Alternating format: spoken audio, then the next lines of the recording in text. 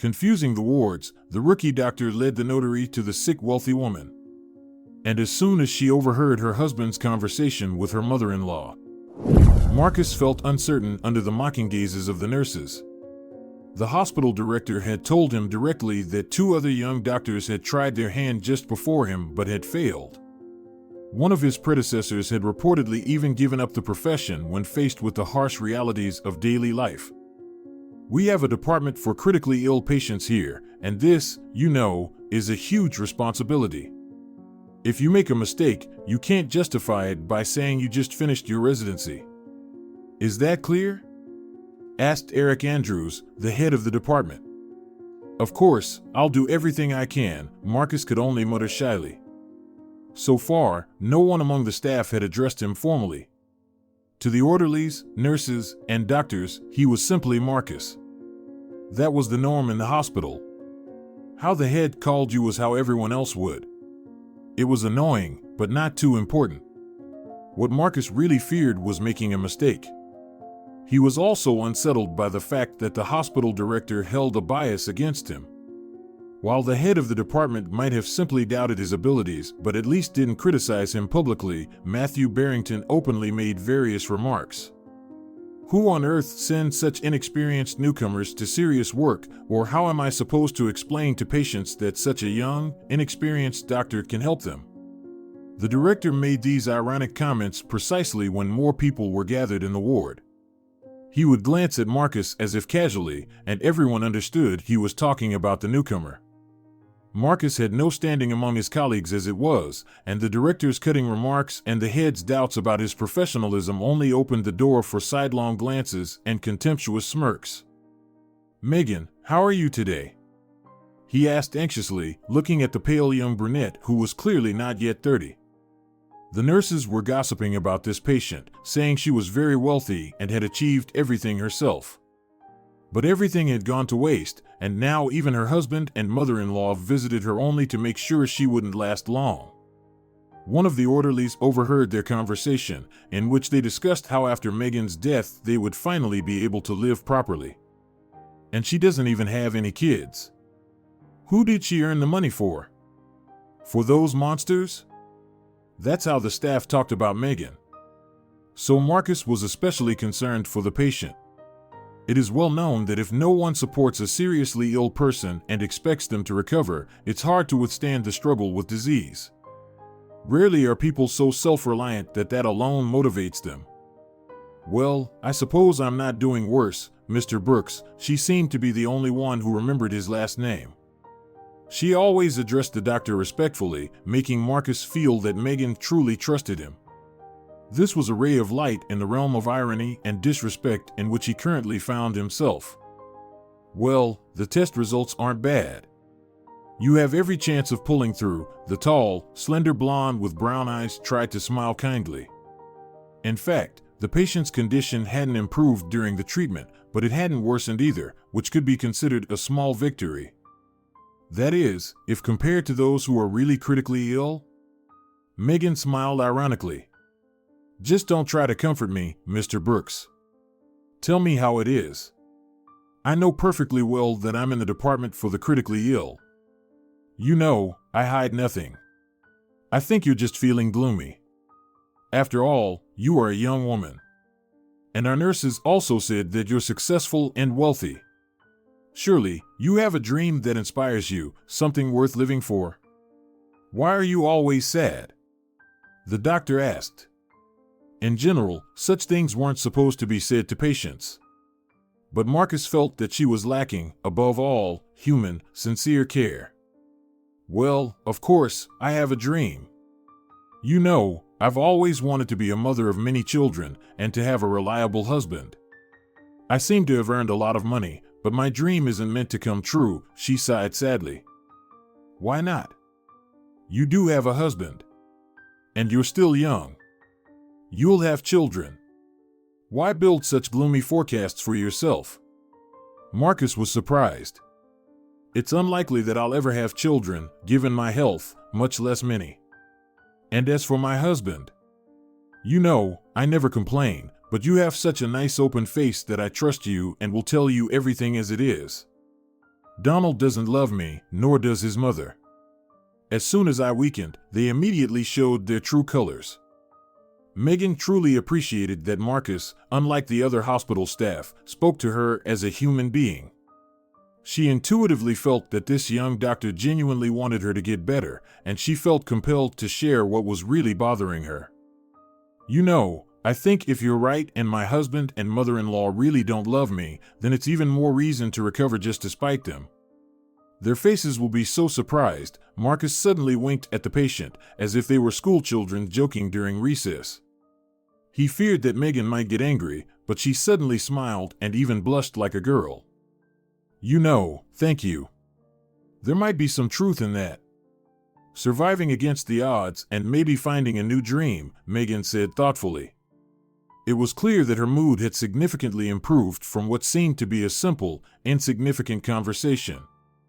Well, if you really want to thank me, recover and live long and happily, Marcus smiled in response.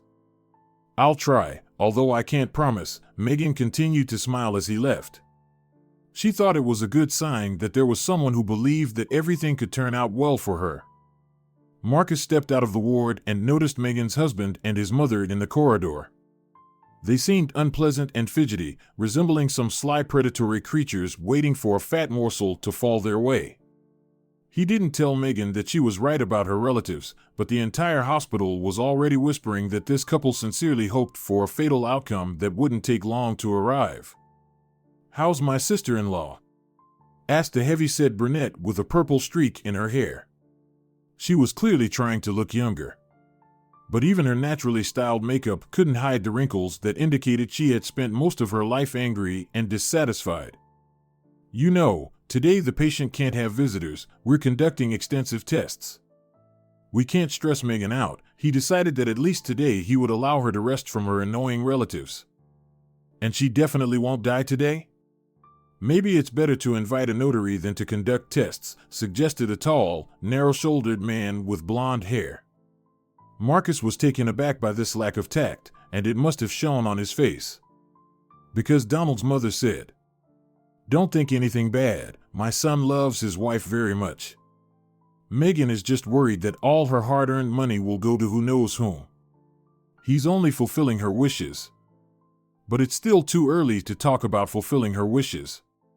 After all, in the next 50 years, Megan certainly won't die. Marcus didn't have the right to make such predictions, but for some reason, he felt compelled to say it now. You know what? Don't you think too highly of yourself to make such statements? We're all mortal. Donald snapped. Exactly, we all are. By the way, you should see a doctor. You have a rather unhealthy complexion, Marcus shot back, saying something he had no right to as a doctor.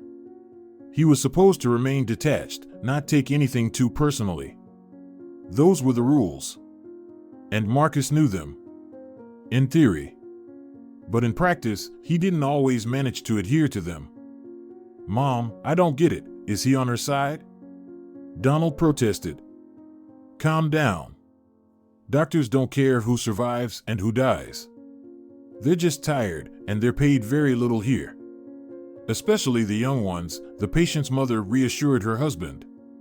Marcus decided that this was clearly a serious case. He wouldn't explain anything to those two. They needed to be educated while they were still very young, and now it was clearly too late. He resolved to do everything he could to help Megan recover. That would be the best lesson for those two. There was no need to bury anyone prematurely, and it wasn't right to gawk at someone else's misfortune either. Marcus wanted to go to lunch, but remembered that he needed to visit another Megan, who was faring much worse than her namesake. At just 50, the second patient had almost withered away from illness and was already connected to a breathing machine. So, how are you feeling today? Marcus tried to speak neutrally so as not to express his true feelings. Of course, this patient knew she was doomed. She had very little time left to live, but still, he shouldn't exacerbate her anxiety with worry on his face. Thank you, doctor. The painkillers helped, she replied. Well, I'll come by again in the evening, and if you need anything, just let the nurse know. I'll come right away. Marcus realized it wasn't worth lingering there since it would only make the patient uncomfortable. And he left. Marcus had almost learned to read thoughts and scan emotions. He rarely made mistakes. So, he was soon to become a seasoned doctor. The main thing was to exercise caution and prudence, as one serious mistake could ruin his career. When Marcus stepped out, a nurse approached him with an urgent question. "Doctor, a notary has come to see Megan, but my shift is ending. It seems you have a good rapport with her. Could you escort him to the patient?" "Yes, of course." Marcus walked toward the man in a strict gray suit holding a folder of documents. "Hello.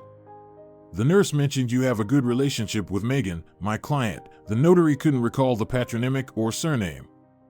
"Indeed, I am her attending physician." Marcus thought that the unpleasant husband and mother-in-law had finally sent a notary to make her write a will.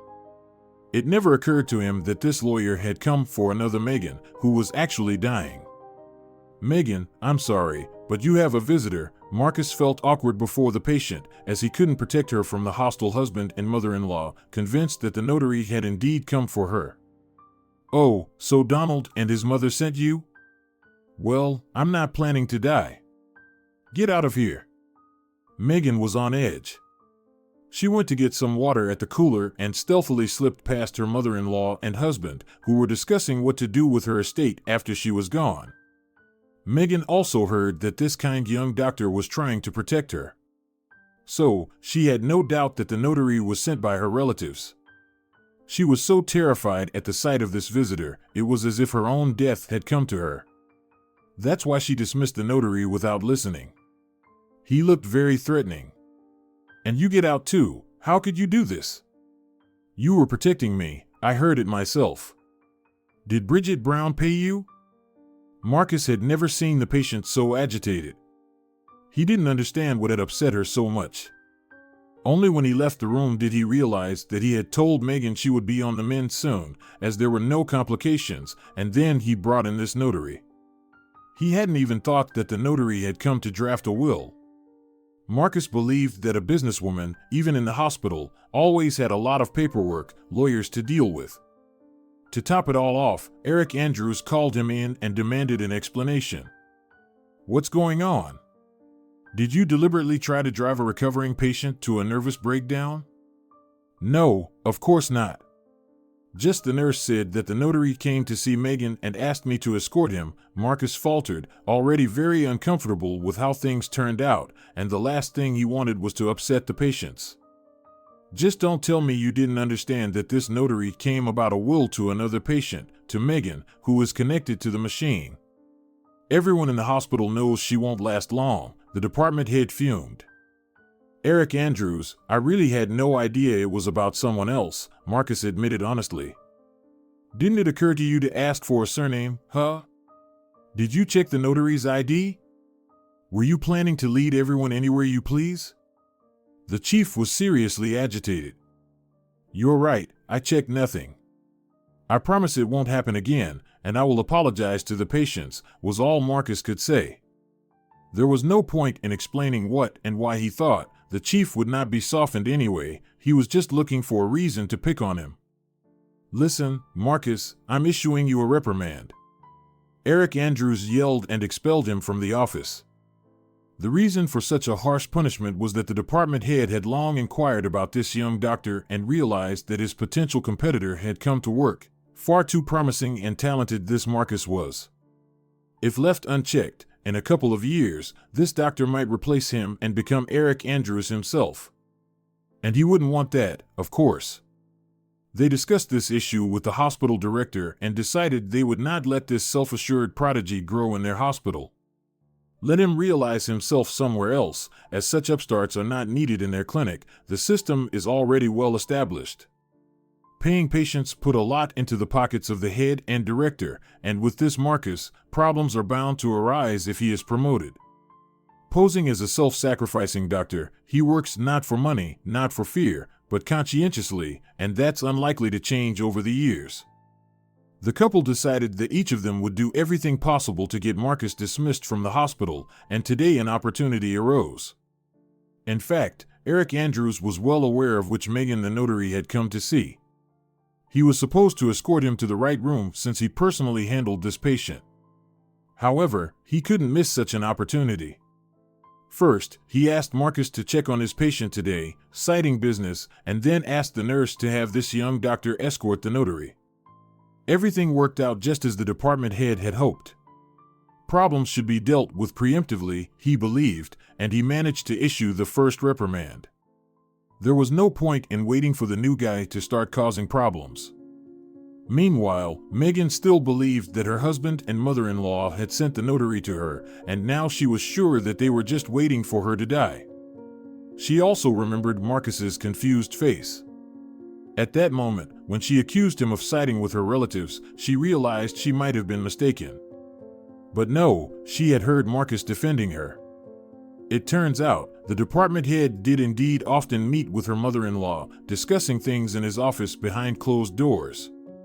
These visits were usually early in the morning when all the patients were supposed to be asleep. Megan, suffering from insomnia, had seen several such meetings with her scheming relatives. She could have turned to Caroline, her only friend, for advice, but for some reason, Caroline hadn't found the time to visit the hospital even once. When Megan called her, she said, "Sorry, I'm so busy, I just can't find the time," and hinted that she finally had a fiancé and needed to organize her personal life. So, Caroline was no longer reliable either. But who could she turn to? Only when Megan fell ill did she realize that she almost had no friends left, no one she could trust. Just then, as if by a twist of fate, Marcus came in and began explaining that he had brought the notary by mistake and didn't mean to offend her. In fact, the lawyer had come to see another patient. "You know, forgive me too for my hysteria. I lashed out at you for no reason at all." "There was no reason to think badly of you," Megan apologized as well and pleaded, "Listen, Marcus, it's awkward for me to ask you, but it seems there's no one else." She told him about her doubts and how the medication she received during the shifts when the head of the department was on duty seemed not to help at all, and perhaps even made her feel worse. "Listen, this is a very serious accusation," Marcus frowned. "I'll pay you well," Megan pleaded. "It's not about the money. If they're giving you the wrong medication, that's a crime." "Yes, Eric Andrews is a difficult person, but I doubt he would do such a thing," Marcus hesitated. "Okay, consider it my paranoia, but please, just take a look at what they give me during that shift." "You're the only one I trust," Megan begged. "All right, I still feel guilty towards you, so I'll help. But don't get your hopes up, you're probably mistaken." Marcus felt uncomfortable supporting the patient in what almost seemed like slander against the head of the department, but she looked so desperate that it was easier to agree. Marcus saw that Megan was indeed being deceived by everyone around her. For instance, Caroline, her friend, had only visited the hospital once at the very beginning. To his surprise, the doctor had repeatedly seen her picking up Donald, Megan's husband. And their conversation went something like this. "So, how is that boar doing?" the tall, athletic blonde asked. "No matter what, she just won't die." The man replied discontentedly. "Well, baby, we just need to keep trying. Then we'll be swimming in money, and the current hassle with this frail woman will be forgotten like a bad dream. You're my knight." The deceitful faux friend cooed. "Yes, I know you're right. But if you hadn't asked me to marry this Megan, I never would have. She's so boring. Always working and never paying attention to me, just lecturing me. And now she's just dull as mold." Donald nestled against Caroline as if she were his mommy. Marcus nearly gagged. "If you don't love her, then don't live with her, and certainly don't claim her money without earning it yourself." "And what about your mom? Is she nagging my poor baby?" Caroline asked sweetly. "Very much so. Mom doesn't know that I'll marry you right after Megan dies. She thinks I'll dedicate my life to her," Donald complained indignantly. "All right, no need to argue with her now. And when it's all over, we won't hurt Mom, but we won't share too much with her either. Right, my dear?" It's only fair since we're doing all the hard work. The blonde continued her chant and pressed Donald to her luxurious bust. Megan's husband just nodded. Then they talked about something else and kissed. Marcus himself didn't know why he was watching them, but he was sure a whole conspiracy was swirling against the patient, so although he didn't upset her by revealing that her friend, like her husband, had betrayed her, he still decided to help. That day, Marcus deliberately stayed late. He knew that today Eric Andrews would leave early as usual since he met with friends at a bar after work on Fridays. This was a tradition. And so it happened that day. At exactly 5 o'clock in the evening, the department head locked his office door and left. Marcus had a spare key because the head had often mandated the young doctor to do his work. Therefore, the duty nurse did not suspect anything when he entered another office. What, he dumped his work on you again and took off to drink? Yes, it's nothing serious, it's just the fate of young doctors, he replied and pretended that nothing unusual was happening to avoid raising suspicions. Ah, you're such a good guy. I wish I had a husband like you. Nurse Joanna often flirted with him, although Marcus had made it clear many times that he was not interested in settling down, at least for now. Joanna, I would make a bad husband. I'd just be stuck at work all the time, Marcus joked. The nurse realized she was barking up the wrong tree and continued reading some novel. Marcus quickly found the original prescription sheet in the office and gasped upon seeing it. Megan was not supposed to be taking these medications at all. He asked Joanna to make a photocopy and went home to think carefully about what to do next. The next morning, he decided that he simply had to report to the hospital director. Marcus saw no other way to remain a professional and decent person. Matthew Barrington, there's something I need to discuss. The prescription sheet for the patient is signed by you, but she's been given some medications by mistake that make it impossible for her to recover. The young doctor pretended it was just some annoying error, hoping the director would be embarrassed and fix everything. And where did you get this sheet from? Matthew Barrington frowned. Of course, he got a cut from the money that the rich patient's husband brought to the head of the department. After all, they weren't poisoning Megan, just giving her useless drugs. So there was no criminal act in his view. But the fact that the new guy was sticking his nose into not his business, he really didn't like that. Eric Andrews dropped it yesterday, Marcus lied. He couldn't say that the patient suspected a conspiracy. That would betray Megan. Who knows what these scoundrels were plotting? Well, don't meddle in what's none of your business, dear. We'll handle it ourselves without your help. And concerning you, a strict investigation will need to be conducted. You seem to be seeing too much lately, or is one reprimand not enough for you?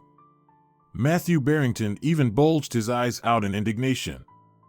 Imagine that, some youngster comes along trying to cut off his money supply from paying patients. He dares to touch the sacred. That same day, Marcus was shown that one should not meddle in other people's pockets, even if they are being filled illegally. Everyone in the hospital learned that the young doctor had filled out medical forms incorrectly, full of mistakes. But I didn't fill these out, Marcus protested when Eric Andrews accused him of incompetence. Well, yes, but the handwriting is yours, the head blatantly lied, having orchestrated it all himself, and knew perfectly that Marcus was not at fault. Eric Andrews might not have been talented in medicine, but he was excellent at forging signatures. So you're keeping an eye on everyone here, but soon you'll ruin all the patients yourself. How about you head off to the countryside, huh? Maybe that will set your mind right, and you won't want to slander decent people anymore?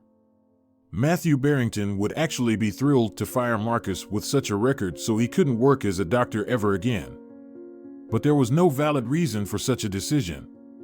If they really charged the young doctor with something serious, there would be investigations at higher levels. Neither the director nor the head needed those inspections. Well, all right, I'm tired of working in your den of snakes anyway. I can't stand to watch you harm people and profit from them. Marcus finally told Megan that she was being given useless medications. He left his contact information in case he could help in some way and left. So, you suffered because of me? I'm so sorry, the patient learned about the transfer at the last moment. She didn't even have time to think if she could do anything to help the doctor or even herself. "It's okay, nothing will happen to me, I'm tough. You better take care of yourself and trust no one," Marcus said and said goodbye. He comforted himself with the thought that he had found the strength to act honorably, although it seemed to have ended his budding career. The hospital director and head of the department breathed a sigh of relief. Marcus hadn't yet earned his wings, but was already behaving so boldly. And what if he had gotten on his feet and started setting his own rules? It was scary to think about. At this rate, it could even come to living on a salary. Marcus didn't expect a warm welcome in the remote village. But he also didn't deserve such grim, even hostile treatment. No wonder the locals trusted no one. They couldn't even get the authorities to build a road. Every year they were promised, but each new government embezzled the money and then fled abroad. Marcus had to endure a half-hour ride in a cart on a muddy, potholed road. He thought all his insides would come out, and he felt so sorry for the frail old horse. The poor thing tried to pull its cart, but it could no longer walk fast, and there was no strength left, and for all this, he had to pay a bunch of money. Indeed, that was a rather inhospitable welcome. He arrived when it was already getting dark. The orderly, who also doubled as a guard and cleaner, immediately complained about her meager salary.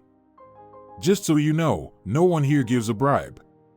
You'll live on your salary. My name's Amanda." "Well, I didn't take bribes in the city either." "Such a loser I am," Marcus introduced himself. "And what did you do then?" "Why were you sent to us?" the robust gray-haired woman of indeterminate age asked, giving him a piercing look. "It seems I interfered with someone being killed, but I don't really know," Marcus admitted honestly. "Well, okay, chop some wood, there are logs in the yard. Can you do it? If not, I can help, but not for free." Marcus was no longer surprised by this. He realized the local people were unfriendly and certainly not altruistic. "I can manage. I used to do all the work when I stayed at my grandma's village as a child," he assured Amanda. And that was the absolute truth. His parents sent him to his grandma every summer so they could live a little for themselves, as they said. Marcus didn't complain, though. His grandmother loved him and tried to protect him, but the boy himself wanted to help the only person he needed in this life. "Well then, see you tomorrow," Amanda smirked. She watched from a distance as the newcomer skillfully swung the axe and sighed, "Yes, he's handy," hoping to make some money off the city simpleton.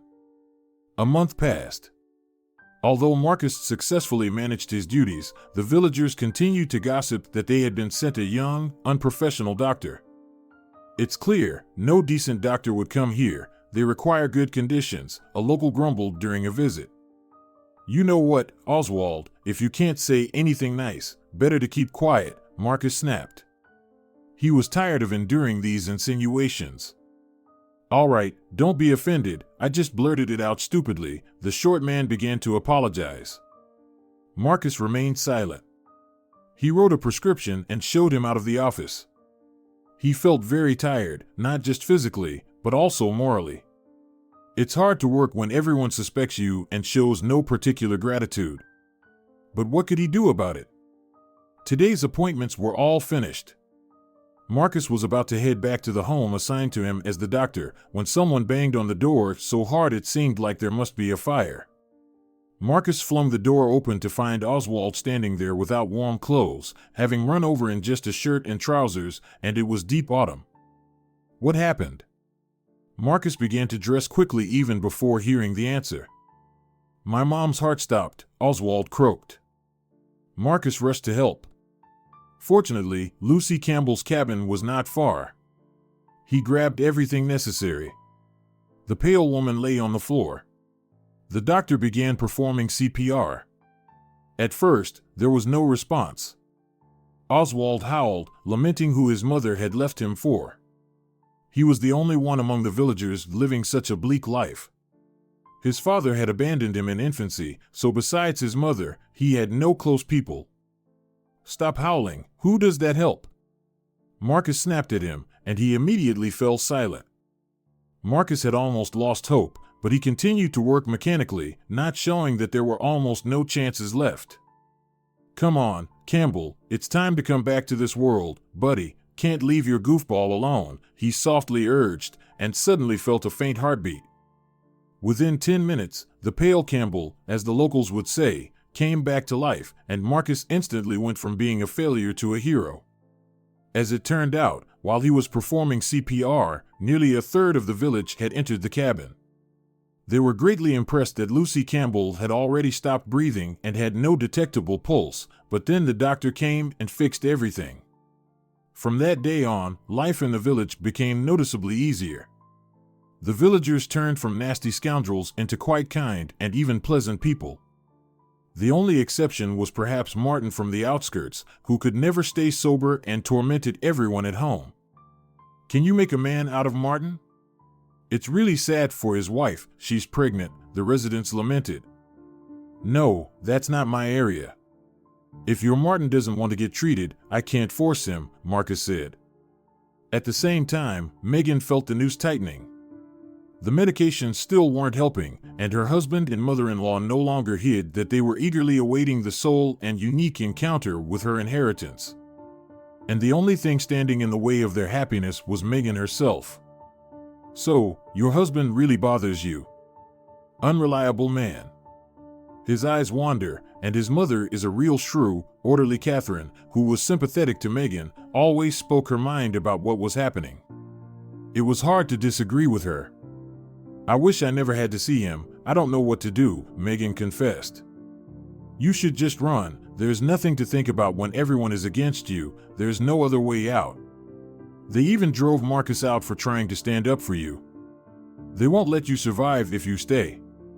Mark my words, Catherine looked around fearfully at the door, not wanting anyone to overhear such a conversation. But she felt sorry for the patient. Megan was still young, had worked hard, earned well, and certainly not so that she could leave everything to these vultures. "Maybe you're right. Can you help me?" Megan suddenly agreed. "Of course, but I'm going on vacation tomorrow, so today is my last day," said the orderly. "Well then, today it is." Megan suddenly realized that if she missed this chance, there might not be another. When evening came, she called a taxi under the cover of darkness with just one bag. Catherine said goodbye with tears in her eyes. "At least call me when everything works out, but there has to be justice in this life." "I will." "Thank you." As much as Catherine refused, Megan gave her some money she had managed to withdraw secretly with the help of another orderly. She had already sent a message to her only friend, Caroline, planning to stay with her for a while until she decided what to do next. Despite the preparations, Megan still felt uneasy, although she had gathered her strength and escaped the trap.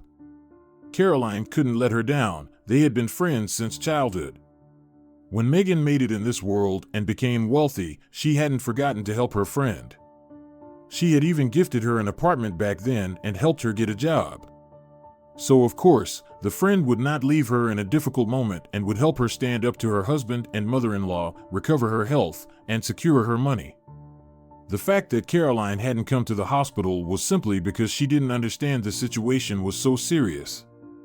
But once she knew, she would surely rush to help. "Stop here, I want to walk a bit, gather my thoughts," Megan asked the taxi driver to stop a few houses away from her destination. She wanted to walk through familiar places. Once she had an apartment in this neighborhood. Later, she had given it to her friend and moved up much higher. The streetlights weren't working. From a distance, she saw Caroline looking out the window, scanning the street. She hadn't noticed Megan yet. Understandably, she had said she would arrive by taxi. The friend was watching for the car, wanting to meet and help. Megan was about to wave and call out, but suddenly Donald appeared at the window. "Well, why is she taking so long? It seems like she left half an hour ago." "Donald, she'll get here when she gets here. Where can she go?" "Here's where the trap snaps shut. Go calm your mother down in the meantime. She's also scared that it will all fall through," Caroline said nonchalantly. And for some reason, she kissed her husband right on the lips. Megan stumbled in surprise, barely managing not to scream as she fell into a puddle next to the uneven path leading to the house in her beige coat. For some reason, she didn't feel like getting up. How could this be? So Caroline was against her too? What trap were they talking about?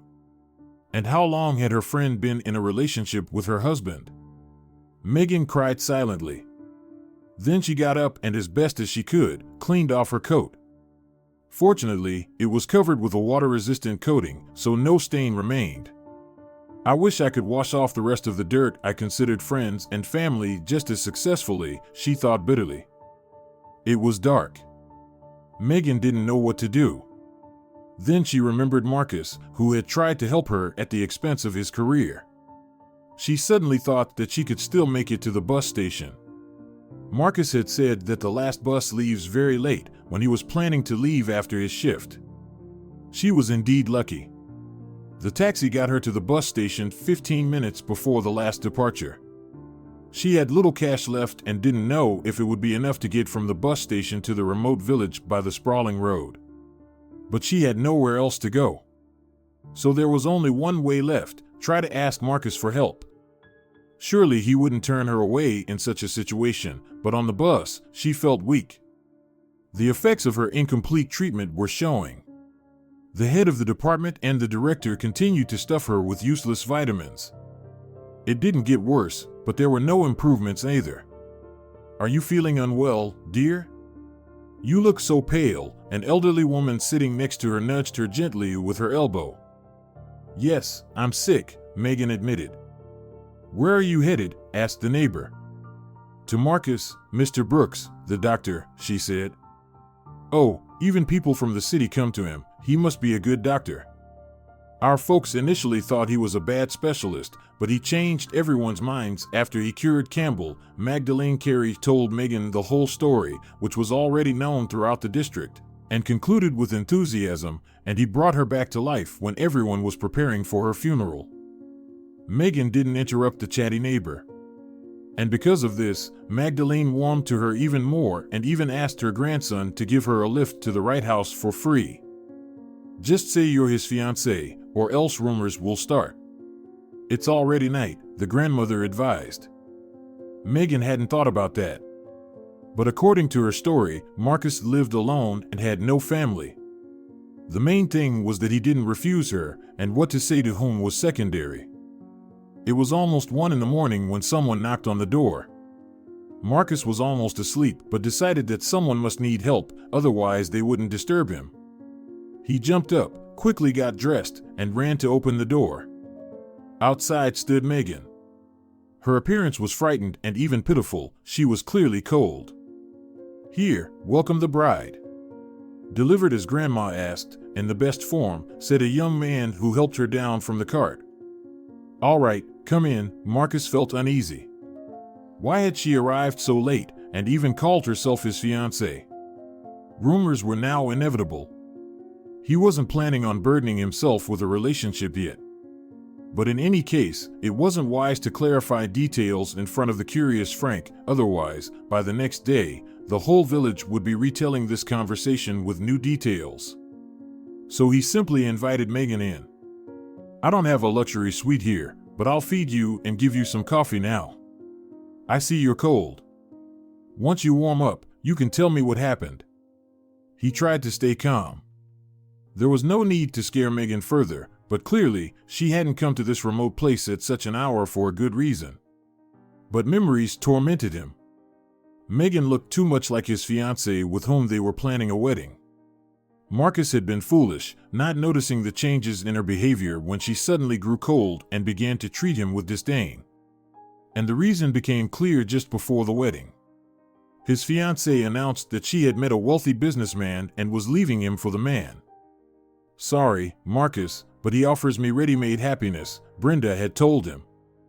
"But the wedding is tomorrow, the guests are invited."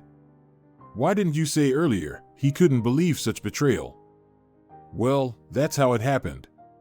Albert delayed until the last moment, didn't propose anything concrete, and only spoke up when he realized it was all over, she brazenly stated, the woman he had planned to spend his life with.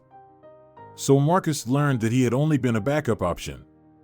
Enough time had passed, but the pain in his heart had not fully subsided. And now Megan appeared, who so resembled Brenda. Was this some kind of karma? Would she also turn out to be a gold digger and a lover of rich princes and ready-made happiness? Marcus could no longer trust women, especially affluent ones. If the poor could behave so badly, what could be expected from those who had achieved something? He had no desire to get close. Yet, after hearing the former patient's story, he thought he couldn't just leave her in such a state. It just wasn't humane. Well then, I understand. There's a separate room here. You can stay here, and I'll treat you. We'll see how things go from there, he offered her. I'm sorry that everyone now thinks I'm your bride. It was Magdalene Carey who blurted it out, and everyone picked it up. Megan apologized. Well, maybe it's actually better that way. At least the local busybodies won't harass you with their attention. I'll survive, Marcus smiled. Since becoming popular as a local doctor, he had indeed felt an excess of female attention.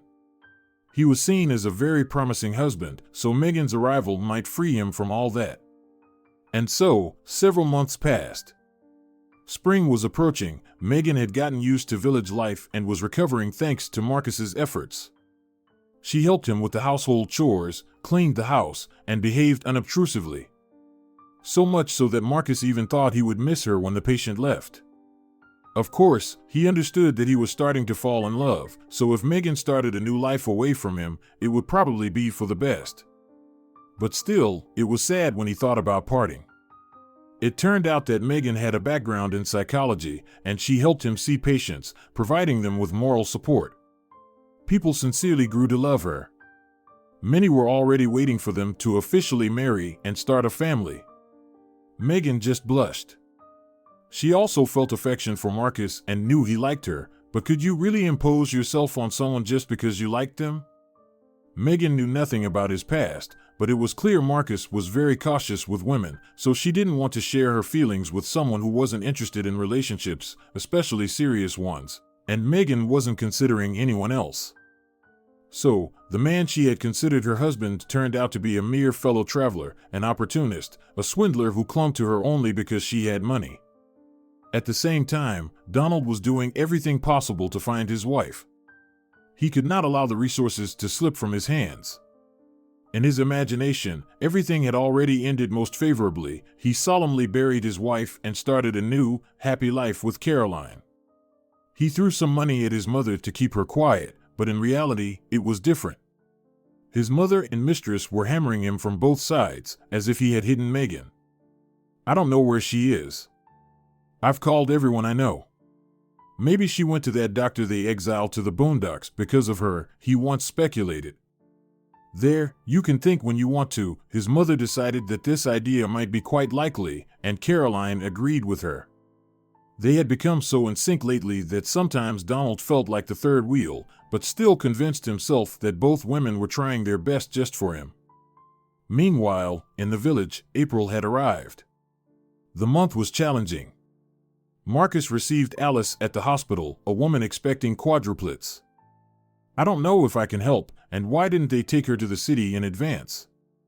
Really, she should be going to the capital now, and it's already too late. Marcus had no necessary equipment in the village hospital. Oh, how could she? Martin let her go to the city, sighed Amanda, who continued to work as an orderly, and explained that Martin was perpetually drunk, harassed his wife needlessly, and gave his mother no peace. Well, I'll do what I can, Marcus sighed. And he did. Unfortunately, of the 4 children, only 3 survived, and Alice did not survive childbirth. The doctor understood that even this result was a miracle under the circumstances, but the villagers turned against him. They claimed he should have performed the impossible, saved everyone. How could he explain to them that from an alcoholic and his regularly beaten wife, under such conditions, it was simply impossible for all to be born and survive? The births, moreover, were premature, and the mother herself was in poor health. You killed my Alice. Martin, as usual, got drunk and started to pretend to be a grieving good husband. Surprisingly, many locals sided with him and also considered Marcus almost a murderer. "What are you talking about? Alice was constantly beaten and lived in stress." "It's surprising that nearly all the children survived," Megan tried to defend the young doctor. "Well, of course, you would defend him. You're planning to marry him after all. As for me, I'm going to sue your lover." "Don't expect any mercy," Martin continued to threaten. The story made it into the local newspapers. There, journalists posted a touching photo of a local drunk crying over his wife's grave. No one wrote that he had done everything to send his wife to her grave. And it turned out that the doctor was to blame for everything. Donald and his mother got hold of this article through Caroline, who had promptly gathered information about Marcus. "I found out everything. Megan really is living with him. It seems we can get rid of her accomplice for a small fee. I found out from the editorial office that Megan wants to adopt all 3 kids, apparently to save her boyfriend." "What do you mean? She has a man now?" "She should have been in her grave long ago," Donald exclaimed. "Son, you're saying it wrong. Olga might think you still have feelings for Megan." "She will be offended," his mother whispered, pulling him into another room. "I hear everything, Bridget Brown." "No, I'm not worried about that. But the fact that Megan might inherit these children, that worries me a lot, because if something happens to her, the money won't come to us," Caroline snapped. Donald and his mother hadn't thought of that. They looked admiringly at her, who had outsmarted them in thinking several steps ahead. And in unison, mouths agape, they asked, "So what do we do now?" At that very moment, Megan was indeed putting all her energy into adopting the boys. It wasn't just that she wanted to secure her future in case her health deteriorated and leave her estate to these little ones, it was her chance to have a big family. Megan was sure that fate hadn't just thrown her into this remote village. And she felt obligated to help the newborns, who had lost their mother. As for the father, he could only drink and assert his rights, and he had no intention of caring for his sons. He continued to blame Marcus for negligence, but fewer and fewer residents supported him. People clearly saw that with such a father, the children wouldn't survive, and Marcus had been a good doctor. So almost everyone eventually signed a collective letter in his defense, which was sent to the local prosecutor's office. A thorough medical investigation was conducted, and in the end, Marcus was officially exonerated, to almost everyone's relief. "Mr. Brooks, as you know, we performed exhumations of the bodies, and you performed a miracle. I'm not sure that even with the right equipment we could have saved the 3 babies. Why don't you come work with us at the regional hospital? Your talent is just wasting away in this backwater," one of the committee members said to him, congratulating him on his complete exoneration. "You're giving me too much credit," Marcus was embarrassed. But various luminaries from the committee agreed with their colleague's opinion, and now he was awaited not only in the regional hospital but also in a private clinic in the city. He had become a celebrity unexpectedly. See, there wouldn't be happiness if misfortune hadn't helped. And I managed to invite the commission, deprive Martin of his parental rights. It wasn't difficult. As usual, he was drunk, began to chase them with a knife. Megan recounted her successes. "Do you really want to be a mother to these boys?" Marcus was surprised. He thought Megan just wanted to save them from their dangerous father and then send them to an orphanage. "Of course, and why not? I have enough money. You yourself said I have another 50 years ahead of me." "Remember, I said I dreamed of being a mother," Megan smiled. Marcus, of course, had played back all their conversations in his head many times and decided that now was the time to offer to be a father to the children. "I was thinking, you've been my fiancé for a long time, why don't I become the father to these children?" "Marcus, forgive the silly question, but do you love me or are you just offering help out of pity?" Megan blushed.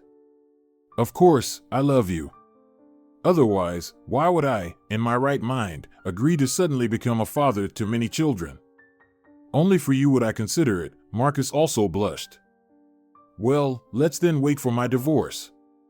And if you change your mind by that time, I'll understand." Megan thought it might be wise to establish something like a probationary period. What if Marcus had proposed under the influence of emotions? I've actually thought about it long enough. Marcus was a bit upset that she saw him as frivolous, someone who might change his mind. But then he remembered that there was a lot to arrange for the wedding, especially since they would immediately have a large family. He decided not to argue, but to get to work. This time, his wedding did indeed take place.